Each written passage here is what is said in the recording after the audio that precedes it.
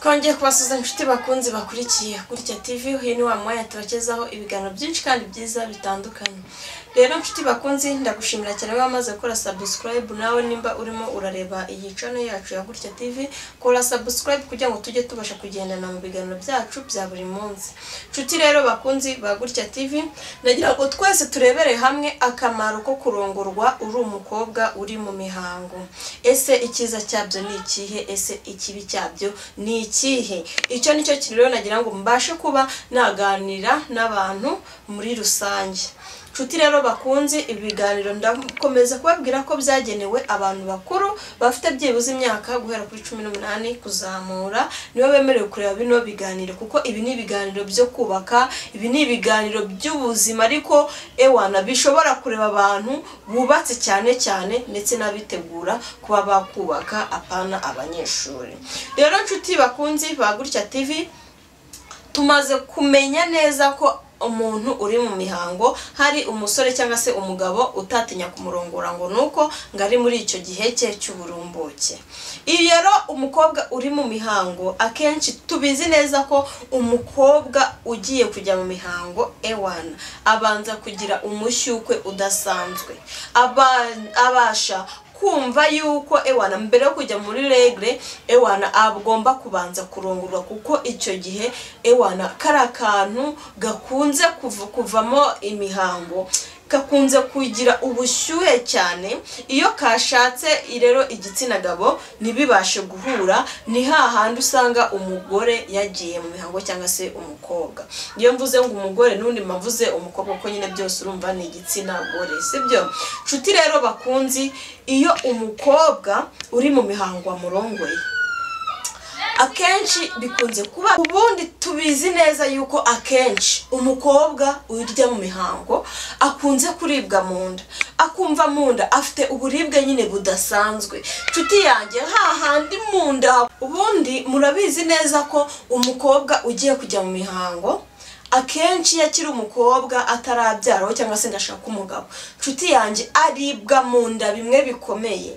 Hahandi mu nda hamurya ukagira ngo ni nk'igise wagiyeho, ukabura amahoro, ukarira, mbese hamugera ukabura n'umuntu waguhoza, sibyo? Ariko hari ibintu byinshi bigenda bigufasha iyo uri umukobwa. Reka mbanze ngira inama abakobwa, we wa mukobwa we utazibaza ati se ibi kuki bikunze kumbaho. Ntago ibyo bikubaho kugeza ushaje. Iyo wabyaye, iyo washatse umugabo, akenshi iyo ndwara yo kuribwa mu nda iragenda. Ariko mu gihe uba utaragira mu gihe cyo kuba washaka, reka nkwereke ikintu ugomba gukora.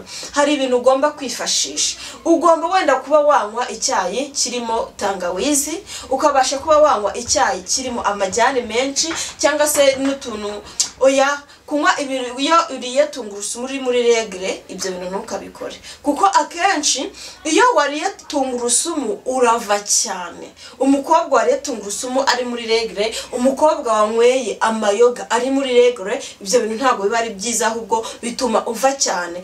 Ariko niyo wanyweye kiriya cyayi gifite kirimo tangawizi, icyayi kirimo amajyane, ibyo ni ibintu bigufasha kugira gute gufungura imitsi, kuko buriya akamaro ka tangawizi kagenda kagabanya ibinure biba biri mu mubiri. Rero urumva yuko muri kwa kubigabanya hari n'ukuntu imitsi igenda isa nkaho yozwa, y'inyanda rero ibikurya iba itabasha kumanuka neza. Ariko iyo wakoresheje utwo tuntu, mbese ibigenda izibura nk'imitsi, ibinure igabanya, ugasanga uvuye nyine byoroshye, nta bintu bikuryamo, sibyo?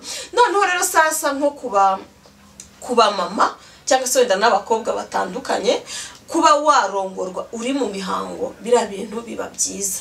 Ariko nubwo biba byiza, nanone hari ikindi byica. Kukurongora uri mu mihango ntago ushobora kuribwa, sibyo? Kukurongora uri mu mihango akenshi ushobora kuva cyane. Hari nanone hari abo nagiye menya bagiye bagerageza kuba babikora bari mu gihe cy'imihango, ugasanga wenda nimba ugiye mu mihango uyu munsi, nijoro wenda ukoze sex, wamara gukora sex ugasanga uri kumva, noneho ugasanga wenda uri umukobwa cyangwa se uri umumama, kuba warongorwa uri mu mihango hari ikintu nyine bigufasha. Akenshi regle zawe na iyo zikurya ntago wongera kuribwa. iyo urongoranye nyine uri mu mihango ntabwo ubabara reka gusa nanone ushobora kuva 2 week igashira utarakama ariko hari n'ababikora ugasanga nimba cyane ukoze sex wenda nimba wayigiyemo mu gitondo ku mugoroba ugakora sex aho nanone ndahamya yuko ushobora kuba wabikora kuri uwo mugoroba noneho wageza ejo regre zawe zikaba zarangiye akenshi abakobwa bamwe na bamwe bakunze gusaminda bari mu gihe cyo kujya mu mihango nimba wenda mbikoze gutya nyirimo ugasanga ejo imihango nije hashira 2 week ugasanga warasamye ibyo bintu bikunze kubaho cyane hari abantu benshi bakunze kwitwaza ngo nango bikoze no mihango ngo nta gusama oya ubwo nyine ni nk'amahirwe wenda batangana ariko ibyo bintu bikunze kubaho ko mu gihe uri mu mihango ugomba gusama inda uko byagenda kose sibyo nshuti rero bakunzi ba Gutya TV niyo mpamvu nababwira ngo nimba uzi neza yuko utari umugore w'umugabo ari umuhungu mugenzi wawe ari umusheri wawe mwaryamanye ntago ari byiza yuko wajya wihutira gukora sex none ukayikora no ku muntu uri mu mihango nta gakingirizo ntaki hari ubuhura n'amaraso menshi aba yaturutse mu mubiri bira bintu bishobora kugira gute bishobora kugukoraho ushobora kwakura indwara nyinshi niyo mpamvu ugomba kugira gute ugomba kujya ugerageza ukikingira ushobora kwibaza ati se buriya abantu barongorana bari mu mihango koko mana yanjye biba bimeze gute reka nkubwire rero igikorwa cy'imibonano mpuzabitsina iyo uri mu mihango uburyo kiba gihagazemo igikorwa cy'imibonano mpuzabitsina iyo murimo murarongorana mwebwe ubwanyu hari uburyo we muhungu ushobora kuba warongora umukobwa ukamurongora ukamucuma ano wageza kuri ya ngingo yo kumunyaza ukanyaza n'amavangingo agashobora kuba yaza ariko muri kwakuza kwayo azavanzemo n'amaraso kuko wa mwenge uzana amavangingo urabizi ko hari amavangingo bituruka ntago ari naho amavangingo aturuka cyangwa se imihango ntago bituruka hamwe ahubwo urahuza ugakubita noneho byajya kuza byakubitana nko hano mo imbere ku myenge yaho byakubitana n'imihango ugasanga amavangingo yaje asa nk'amaraso none sasa waba uri kurongora umukobwa ucumita icyo gihe yumva biryoshye cyane kuko igitsina kiba cyoroshye nawe ushyiramo kumva biroroshye mbese sinzi ukuntu nabigiranye ariko nyine biba byumvikana yuko biryoshye none sasa warangiza wajya gusa nkaho ukuramo imboro iyo umugabo akuyemo imboro amaraso hari amaraso aba yagiye yabuza haca amwe yitsimbye hano andi yitsimbye gutyo ukuramo imboro ugahita uzana amaraso gusa ubwo nyine ibyo ngibyo uko nguko abaje akenshi uba wumva ntabwo nge nabihamya yuko ari ibintu byiza wenda ushobora gushyukwa kwihanganika kunanira ariko ntago ari byiza kurongorana uri mu gikorwa cy'imibonano mpuzabitsina ikindi kandi nabwo kwihangana n'ibyanga ukaramuka ubikoze mu gihe uzajya uba urimo gucumita umukobwa ugomba kujya usesekamo imboro gakeya apana ibintu byo kwihutisha ukashaka uburyo ki urongora ukoresha mu mpande apanamo hagati kuko iyo ufite nk'imboro ndende ugacumitiramo hagati hari igihe ukoza kuri gasabo k'imihango yaturikiyeho umukore akabyumva ukundi akababara kuko hariya nyine n'ubundi babimeze nko mu gisebe sibyo nshuti rero bakunzi ba Gutya TV niyo mpamvu nagira ngo mbanze nkubwire neza ukuntu umukobwa uri mu mihanga aribwa ikintu kibimufashamo icyo gihe washatse iyo wabyaye birarangira sibyo ikindi kandi nongera kugusangiza nkubwira yuko mu gihe uri mu mihango